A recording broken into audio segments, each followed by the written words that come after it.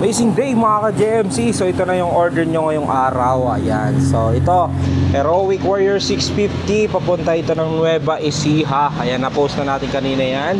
Garuda Fixie B1. Ito yung version 1 yung naka-handlebar. Ano lang to? Bulacan. Then sunod dito, ayan, Beta Wild Fixed Gear. Mas pinababa, 5.7, 5.2 na lang. Papunta ito ng Tarlac. Then yung pinakahuli natin, Toxic R-Type Disc. Ayan, so ito yung papunta ito ng Pabya, Iloilo. Ayan, so maraming salamat po sa inyo lahat sa mga walang sawang pagtangkilik sa ating shop, no? So sa mga gusto mag-order, ayan, so ship nationwide kayo, kami kahit saan sulok ng Pilipinas, Luzon, Visayas, Mindanao, as long as may JNT sa inyo, no? So yun po yung magdi-deliver sa inyo. So thank you and God bless. Ride safe po pagdating. Standard shipping 3 to 5 days na sa inyo na yung bikes nyo. Boss, Toxic R-Type Disc Brake. Ayan, so size 46, kulay green. Ayan, so kulay green gray. Ayan, so alloy frame, seat post, stem, drop bar, fork, ayan, quick release, yung harap tsaka likurang gulong. Naka-Halotech ng 2x 9 speed cassette type. Ayan yung Sensa Ignite. Ayan, papakita ko sa iyo. Good condition, walang gas-gas or anything sa kanyang frame. Papakita ko sa inyo na yung nakatono, 9 speed, then cassette type po yan. Crank nya Halotech, alay na rin kay gulo sa likuran, ganoon din dito sa harapan, walang alogang headset, ganoon din yung kanyang crank. Okay, bali mga i-remove ko, seat post pedal, drop bar, unahang gulong, quick release naman po yan. Yan yung Toxic R-Type disc brake natin, dating 15,200, ngayon ay 13,999 with 6 freebies, glove tube, machine guard, arm clip tape. Mamaya po mag-update ako pag yan ay nakabalot na. Post na yung order nyo, Toxic R-Type disc brake. Okay, kung mapapansin nyo yan, nakabalot na na maigi para may iwasan yung gas-gas. Habang nakaship papunta sa inyo, remove lang kanyo na hanggulong, drop bar, seat post, pedal, skewer nya. Sama ko na rin po yung 6 na freebies, glove tube, machine guard, arm clip, taillight, battle cage. Ayan, sa pinang ko ng foam bago ko balutin. Mamaya po naka-JNT na po yan. Boss, Heroic Warrior 650. Ito yung kulay glossy blue with black color combination. Ito yung naka 1x10 speed, alloy frame, seat post, stem, handlebar. Ayan po, naka-lock out yung for quick release, harap likod. Ayan, so ngayon papakita ko sa iyo good condition, walang gas-gas or anything sa kanyang frame. Ngayon papakita ko sa iyo na yung nakatono. Yan po ay 10 speed cassette type. Yung kanyang sprocket cassette na po yan. Yan papakita ko sa iyo na nakatono.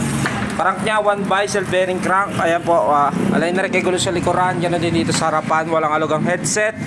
Ganito yung kanyang crank. Bali mga i-remove ko, seat post pedal, handlebar, unang gulong, quick release na rin yan. Yan papakita ko sa fork nya, may lockout, bouncing, tapos yan yung wala. Bali ito ay Heroic Warrior 650, dating 12,200, yan ay 10,200 with 6 freebies, glove tube, machine guard, arm sleeve, taillight, battle cage. Boss, Heroic Warrior 650. Ayan po, kung mapapansin nyo yan, nakabalot na maigi para may iwasan yung gas-gas. Habang nakaship papunta sa inyo, bali remove lang kanyo na hanggulong.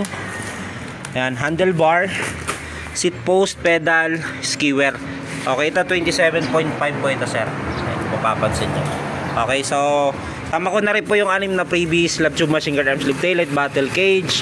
Kapinan ko ng foam bago ko balutin. Mamaya po naka-JNT na po yun. Ito, Beta Wild Fixed Gear. Ito yung alloy ni Beta na fixed gear. Ayan po ito. Kung mapapansin nyo, ayan, good condition, walang gas-gas or any dent sa kanyang frame. Ito may drop bar na siya, alloy yung kanyang stem, may backup na preno. Ayan, naka-rim brake. Dating 5,700, ngayon ay 5,200 with 5 freebies, glove tube, machine guard, arm sleeve, taillight. Ngayon papakita ko sa iyo good condition, walang gas-gas or anything sa kanyang frame.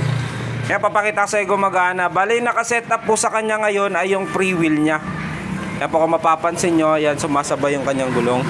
Yan, ito yung fixed gear. Ito yung free wheel. Alay na rin kay gulong sa likuran. Ganun din dito sa harapan, walang alogang headset. Ganito yung kanyang crank. Bali mga i-remove ko para mabalot, seat post, pedal, drop bar, unahang gulong. Ayan si Beta Wild Fixed Gear natin. 5,200 with 5 freebies, glove tube, machine guard, arm sleeve, taillight. Boss, ito na yung order nyo, Beta Hybrid fixed gear. Okay, kung mapapansin nyo yan, nakabalot na ng maigi para maiwasan yung gas-gas. Habang nakaship papunta sa inyo, bali remove lang kanya unang gulong. Hampaw lang hangin yan kasi bawal may hangin na ba nakaship. Drop bar, seat post, pedal. Sama ko na rin po yung 5 previous, club tube, machine guard, and flip taillight. Pinang ko ng comb bago ko balutin. Mamaya po naka-GNT na po yan. Boss, ito na yung order nyo. Bali proceed na po namin yung Garuda B1. Ito na lang yung available namin, nag-iisa. Okay, so ngayon papakita ko sa good condition, walang gas-gas or anything sa kanyang frame. 4,000 pesos with 5 freebies, club tube, machine guard, and flip taillight. Ngayon papakita ko sa yung magana.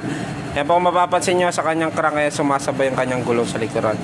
Okay, fixed gear, free wheel, align na rin kay gulong sa likuran. Yan din dito sa harapan. Walang halogang headset. Yan din yung kanyang crank. Bali mga i-remove ko, seat post, pedal, handlebar, unahang gulong. Mamaya po mag-update ako pag yan ay nakabalot na. Posto na yung order nyo, Garuda Fixie. Okay, kung mapapansin nyo yan, nakabalot na ng maigi para may iwasan yung gas-gas. Habang nakaship papunta sa inyo, remove lang kanya unahang gulong. Handlebar, seat post, pedal. Sama ko na rin po yung 5 previous, club tube, machine guard, and flip taillight. Sa pinang ko ng comb bago ko balutin. Kaya po naka-GNT. Post, Lucky 7. Ayan, so ito ay 29er, naka 1x11 speed, hydraulics brake, may lockout fork, and alloy frame.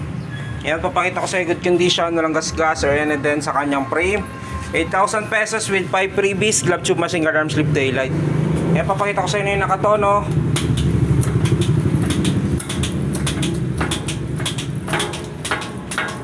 Crank naman niya, 1x, align na rin kay gulong sa likuran. Ganon din dito sa harapan, walang halogang headset. Ganon din yung kanyang crank. Bali mga i-remove ko, seat post, pedal, handlebar, unahang gulong. Ngayon papakita ko sa yung fork niya, may lockout, bouncing, sa inyo wala. Okay, Lucky 7, 29er, 8,000 pesos with 5 freebies, club tube, machine guard, arm flip taillight. Mamaya pa mag-update ako pag yung nakabalot na.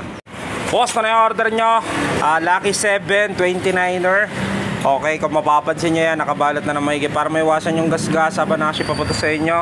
Bali remove lang kanya unahang gulong. Handlebar, seat post, pedal, skewer nya. Sama ko na rin po yung 5 freebies, club tube, machine guard, arm slip taillight. Sa pinang ko ng comb bago ko balutin. Mamaya po naka-GNT na po yan. Boss, Rich Rainier, 27.5. Bali ito na lang yung available ko na kulay. So lahat ng dumating kasi namin 6 na piraso, ganyan lahat. So ito, Cosmo River Blue. Ayan, so ito ay alloy frame, seat post, stem, handlebar. May lockout yung fork, quick release yung kanyang unahang gulong, ganun din sa likuran. Ayan, so ito ay naka 1x, self bearing, bottom bracket, alloy crank. Ito ay cassette type na 10 speed. Okay, so ngayon papakita ko sa iyo, good condition, walang gas-gas or anything sa kanyang frame. Ito po ay pala ay naka-hydraulic ng Logan, 10 speed. Ayan, so ngayon papakita ko sa inyo nakatono. Cassette type na po yan, 10 speed. Crank 1x, alay na rin kay gulong sa likuran. Ganon din dito sa harapan, walang alugang headset. Ganon din yung kanyang crank. Okay, ngayon po, pakita ko sa iyo fork niya, may lockout, bouncing, tapos ito yung wala. Bali yan po yung Rich Rainier natin, 27.5, dating 12,500, ngayon ay 9,200 na lang with 5 freebies, club tube, machine guard, arm slip taillight. Yan, ito yung naka-Kenda tire na rin yan. Okay, so mamaya po mag-update ako pag yan ay nakabalot na. Bali mga i-remove ko, seat post, pedal, handlebar, unahang gulong. Yan lang may mga kakabit nyo. Mamaya po mag-update ako regarding dito. Posto na yung order nyo, Rich Rainier, 27.5. Okay, kung mapapansin nyo yan, nakabalot na ng maigi yan para maiwasan yung gas-gas. Habang nakaship papunta sa inyo, bali remove lang kanyo ng gulong, handlebar, seat post, pedal, yung skewer. Sama ko yung 5 freebies, club tube, machine guard, arm slip taillight. Pinang ko ng foam bago ko balutin. Mamaya po naka-GNT na po yan. Boss, Heroic Warrior 650, 27.5. Ayan po yung alloy frame, seat post, stem, handlebar. May lockout yung fork, quick release sa likod, naka 1x 10 speed, hydraulic brakes. Okay, so ngayon papakita ko sa iyo good condition, walang gas-gas or anything sa kanyang frame. 10,200 with 6 freebies, club tube, machine guard, slip taillight, paddle cage. Ngayon papakita ko sa iyo na yung nakatono. Crank naman niya, 1x, alay na rin kagulong sa likuran. Ganon din dito sa harapan, walang alugang headset. Ganon din yung kanyang crank. Ngayon papakita ko sa yung fork niya, may lockout, bouncing. Kasi ito wala. Okay, bali po yung Heroic Warrior 650. 10,200 with 6 freebies, club tube, machine guard, arm slip, taillight, battle cage. Bali mga i-remove ko para mabalot, seat post, pedal, handlebar na hanggulong. Yan lang naman ikakabit nyo. Mamaya pa mag-update ako pag yung nakabalot na. Boss, na order nyo, Heroic Warrior 650. Okay, kung mapapansin nyo yan, nakabalot na maigi para may iwasan yung gasgas habang nakaship papunta sa inyo. Bali, remove lang kanya na hanggulong, drop bar, handlebar, seat post, pedal, skiwer. Sama ko na rin po yung 6 na freebies, club tube, machine guard, arm slip, taillight, battle cage sa pinako ng foam bago ko balutin. Mamaya po na kay JNT na po yan.